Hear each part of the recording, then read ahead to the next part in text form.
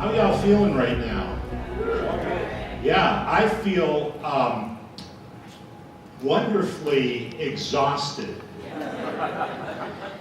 And for me, part of that is, I'm a psychologist, so I give myself some of those psychological tests and things. And one of the things I've learned about myself is that I'm a connector, that my brain is always trying to work to connect the dots between things. And boy, there have been a lot of dots that connect at this conference today. So I think that wonderful exhaustion came out a little bit with a couple of things I said today. I meant to say Baylor School of Medicine. I said Belhaven School of Medicine, so there you go. We've just invented the School of Medicine here. I meant to say that I went to seminary, and I said I went to cemetery. Yeah, that happened in a workshop today. So who knows exactly how this is going to go. But as I think about all of this, so this idea of connecting all of the dots, I like to have some kind of overriding term that explains, kind of makes sense of the wholeness of something. And so the term I think about of what all we've been talking about today and last night is the term holistic mission. Holistic mission. And those are both two really important words.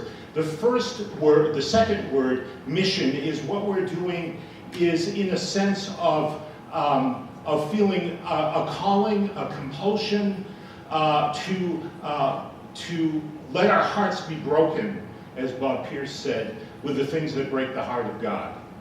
And so to walk with God in his compassion and also his holistic view, a term that's used in the description of this conference. Holistic mission. A mission that includes all of these different pieces that we've been talking about today.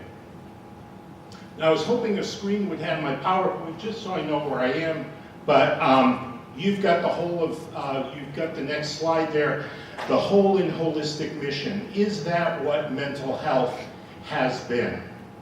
The difficult thing to talk about. The part for both the church and for secular society that brings a sense of stigma, embarrassment, misunderstanding, that makes it difficult for us to talk about, and therefore is something that has not been fully part of our vision of what God's holistic mission is. But then again, here we are, here I am, having the opportunity to speak about this at this conference. And so that is a major step forward, I think, in including this. Let's look at the next slide. And so here are the goals that I have for us here. I'd like to make the case that mental health is a priority, that it's a priority issue in helping the poor. And I want to give some examples of the mental health, how mental health problems contribute to other issues. And this is what I call the idea that mental health in itself is kind of a standalone kind of problem, and we'll talk about that, but that it also relates, connects to many other issues that we're interested in. And then recommendations on how to integrate concern for mental health with other issues. But here's the problem. It's hard to make mental health a priority if we can't agree on what it is we mean by mental health. And that's been part of the problem. And so there's a Christian Professional Association that's been meeting since the 1960s, 2 days every year in the springtime, where basically one of the things we do, we come and we argue. Oh, but Phil, what is it? Exuberant fellowship? Energetic fellowship. We come as Christian mental health providers with energetic fellowship to debate what we really mean, what we really think mental health is.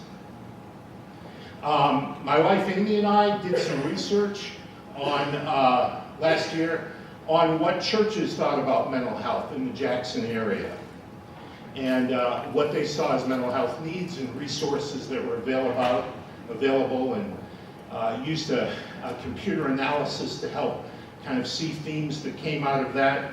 The next slide. demographics of the sample slide, which said, got it? All right, okay. Yeah, there we go. Great, thank you. Yeah, this happened to me once in cemetery school. But anyway, so you see the demographics of the sample. We worked really hard to talk to folks that represented the demographics of Jackson and talk to a total of 66 people, including 33 pastors in the greater Jackson area. Next slide, please. And so one of the themes that came out is that the church in Jackson, like everywhere else, is struggling on what we mean by mental health. So there was this search for clarity. We're not sure what it means. Is it physical? Is it emotional? Is it demonic? Is it spiritual? What other factors may be at play? And so what I would like to offer for us, because I think it's important that we can't wait another 40 years to come to some kind of consensus on exactly what mental health is, to offer a working definition that we can look at. And so that's the next slide. Mental disorder or mental illness is a diagnosable illness that affects a person's thinking, emotional state, and behavior. And then this next part is really important. And it disrupts a person's ability to work, carry out daily activities, and engage in satisfying relationships. A mental health disorder is not just a bad day feeling blue, feeling a little bit anxious about an exam coming up, but it's something that really impacts a person's ability to enjoy life and to engage in life. Next slide, please. This shows some statistics about how common mental health disorders are. And so you see overall in any year, about 1 in 5 people will experience some kind of mental health disorder. Now, the other important thing to notice about this is this bottom line, that only 41% of people with a mental illness use mental health services in any given year. People don't get treatment. This is called the treatment gap. And it's up to 60% here in the US. For those of you who think globally as well, the treatment gap for mental illness worldwide in low-income countries is over 90%. Next slide, please. What we've discovered at the Institute is the term mental health on its own, or mental illness, doesn't seem to really resonate with people. Unless you've experienced it, unless a family member has experienced it, but this whole shame and embarrassment and also vagueness of the term, from a marketing perspective, I would say that the term mental illness or mental health does not have the kind of marketing sizzle, the kind of immediate resonance that people connect to it. And as our Institute team was talking about this problem one afternoon, we began to brainstorm about how we could better communicate the significance of mental health problems and what they really mean for people, how common they are, and how much of an impact that they have. And so we asked the question, what are the different kinds of issues that we could make a case based on empirical evidence that there is a connection between mental health problems and another issue? And this is the list that we came up with. I'm not going to read all these. If you notice today, almost everybody has addressed, who's spoken or has done a workshop, has addressed mental health problems as part of what they've talked about a little bit. But here's the complete list. These are the things that are more likely to catch our attention. So I don't have time to go and make the case and connect the dots for each one of these issues. But I want to do it for a couple. And so the next slide is about mental health and work. Work is important. Work is important for people's life and for the economy and community and so on. Well, how about this? Depression is the leading cause of absenteeism.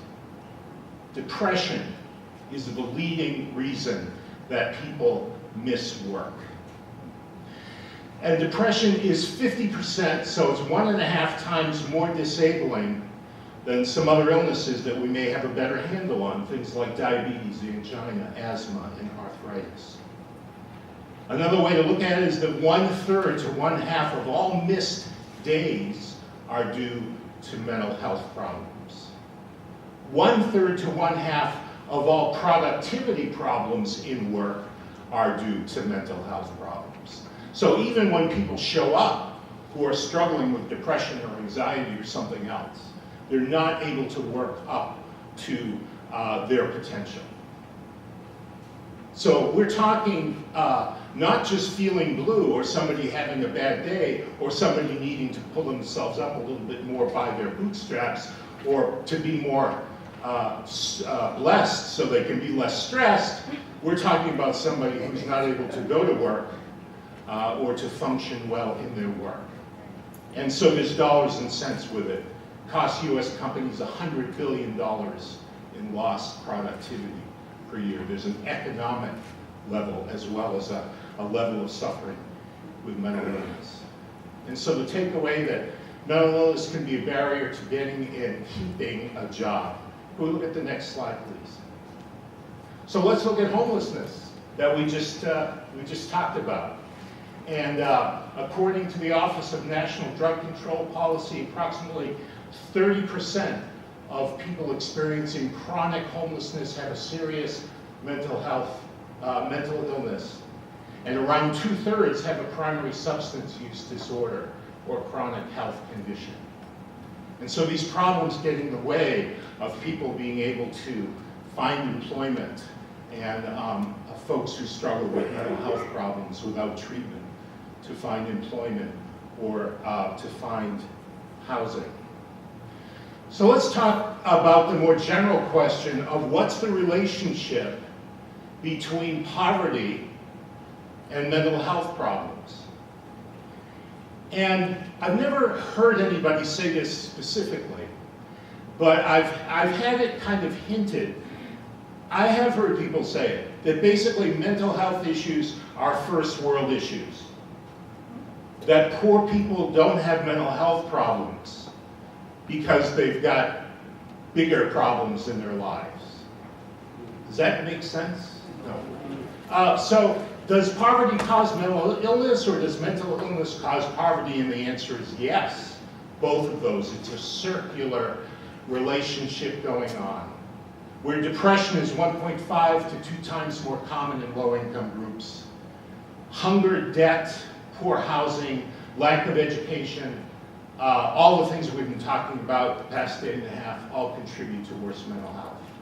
People with low socioeconomic status are 8 times more at risk for schizophrenia, which is can be a very disabling mental illness, than those who are in a high SES. So people with schizophrenia have a hard time getting jobs. As we think about this, I think it's important that we broaden our perspective to think not just about treatment, but also to think about the kinds of preventive things that we can do in all of the sectors that we work in. Next slide. A pyramid that's coming up shows the kind of new model, major paradigm of thinking about mental health. And this is the idea that there is a tremendous role for non-professionals, including the church, in providing support and education for people with mental health problems. Next slide.